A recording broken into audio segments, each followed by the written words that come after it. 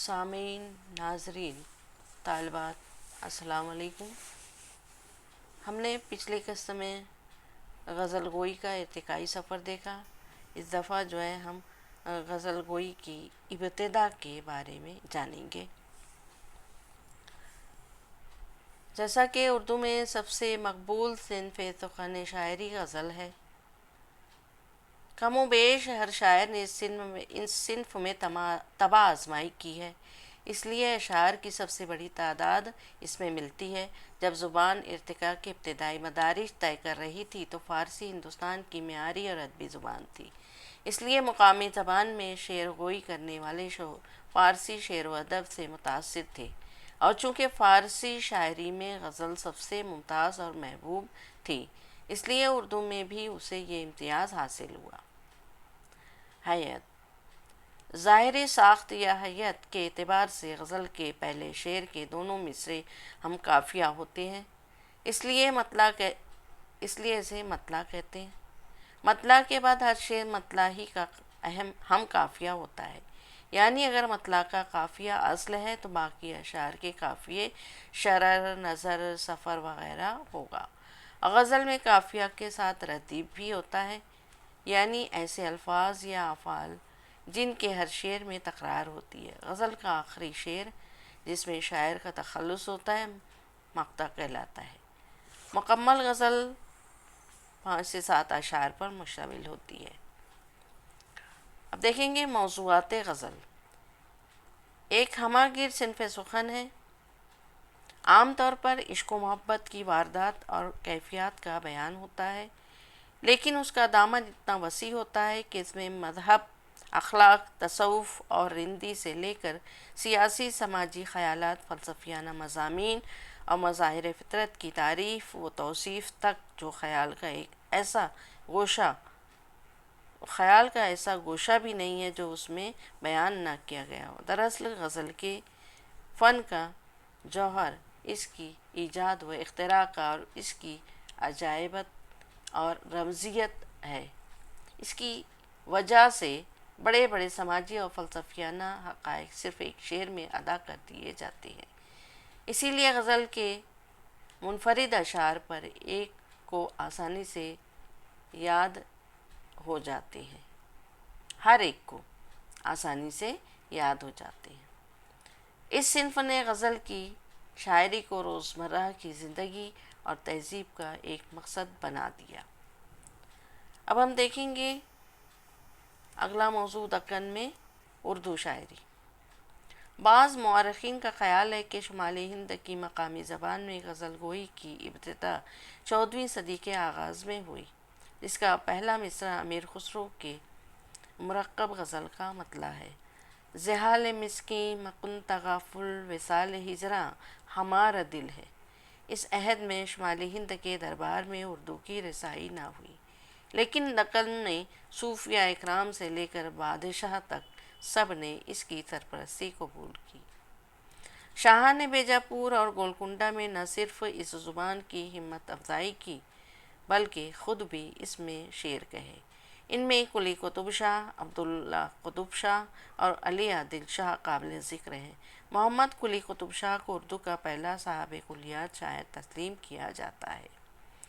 ان بادشاہوں کے زمانے میں وجیح، قاضی محمد محمود بحری، نصرتی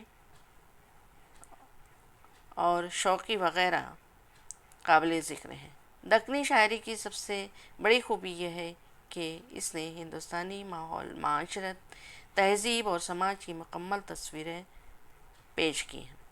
اگرچہ غزل صنف فارسی سے لی گئی ہے، لیکن دکنی شاعروں نے اس پر ہندوستانی زندگی کی اتنی گہری چھاپ لگائی کہ مضامین کے اعتبار سے فارسی غزلیں مختلف ہو گئیں۔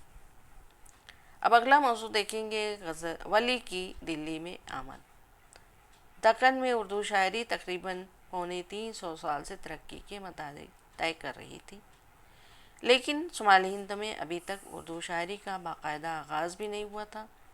ولی دلی آئے تو فارسی شعر و ادب کا زوال شروع ہو چکا تھا۔ جعفر زٹلی، میر عبدالجلیل وغیرہ تصنیف طبع کے لیے اردو میں شعر کہہ رہے تھے۔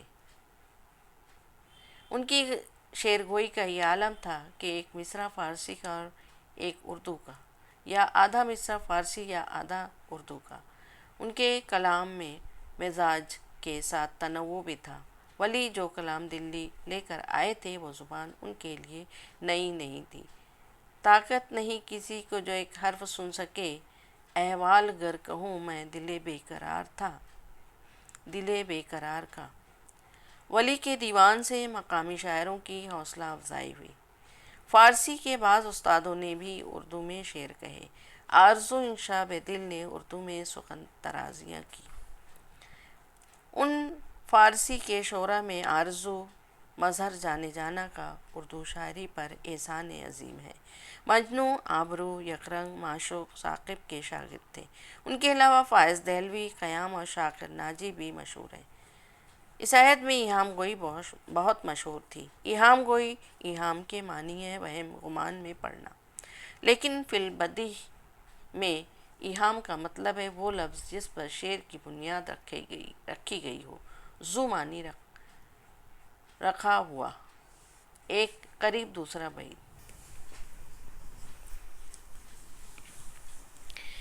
کیوں مڈھاتا ہے زلف کو پیارے، دیکھ تجھ کو سب کہیں گے منہ رکھ۔ ایہام سے اردو شاعری کو نقصان بھی پہنچا اور فائدہ بھی۔ نقصان یہ ہوا کہ شاعر خیالات اور جذبات کی ترجمانی کی بجائے الفاظ کے گورکھ دھندے میں الجھ کر رہ گیا۔ شاعری صرف صنعت گری اور شعبدہ بازی بن کر رہ گئی۔ لیکن ایہام گو شاعروں کی سب سے بڑی ادبی خدمات یہ ہے کہ انہوں نے پہلو در الفاظ کی تلاش میں مختلف زبانوں سے الفاظ مستعار لیے، جس سے فطری طور پر اردو زبان مالا مال ہو گئی۔ ایہام کے خلاف سب سے پہلے مرزا مظہر جانے جانا نے آواز بلند کی۔ انہوں نے اس تصنع، بناوٹ، بے تکلفی کی جگہ سادہ گوئی کو رواج دیا۔ انہوں نے نہ صرف سیدھی سادی زبان میں شعر گوئی کی بلکہ اپنے شاگردوں کی تربیت بھی اسی نہج پر کی۔ یقین، دردمند، حزین، حسرت ان کے شاگرد تھے۔ شاہ حاتم ایہام گوئی کے عظیم استاد تھے، لیکن زمانے کی روش دیکھ کر وہ بھی اس میں شامل ہو گئے۔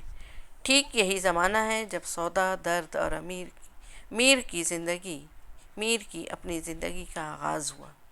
یہ تینوں صاحب طرز شاعر تھے، سب کا الگ الگ طرز تھا۔ میر نے اردو غزل میں داخلیت کو انتہا تک پہنچا دیا، یعنی وہ باہر کی دنیا سے بے نیاز ہو کر دل کی دنیا میں گم ہو گئے۔ میر کو محبوب اتنا عزیز نہیں جتنا خود اپنا جذبہ عشق۔ ان کی شاعری قلبی واردات کی شاعری ہے، جس میں میر نے اپنے جذبات اور احساسات کی ترجمانی کی ہے۔ بعض نقاد میر کو قنوطی بتاتے ہیں، یعنی ان کے خیال میں میر کی نظر زندگی کے صرف تاریک پہلوؤں پر جاتی ہے۔ سودا کی شہرت بنیادی قصیدوں، ہجووں پر ہے۔ غزل میں خارجیت کی ابتدا سودا ہی سے ہوتی ہے۔ بعض سودا یعنی سودا دل کی دنیا سے زیادہ باہر کی دنیا پر نظر رکھتے ہیں۔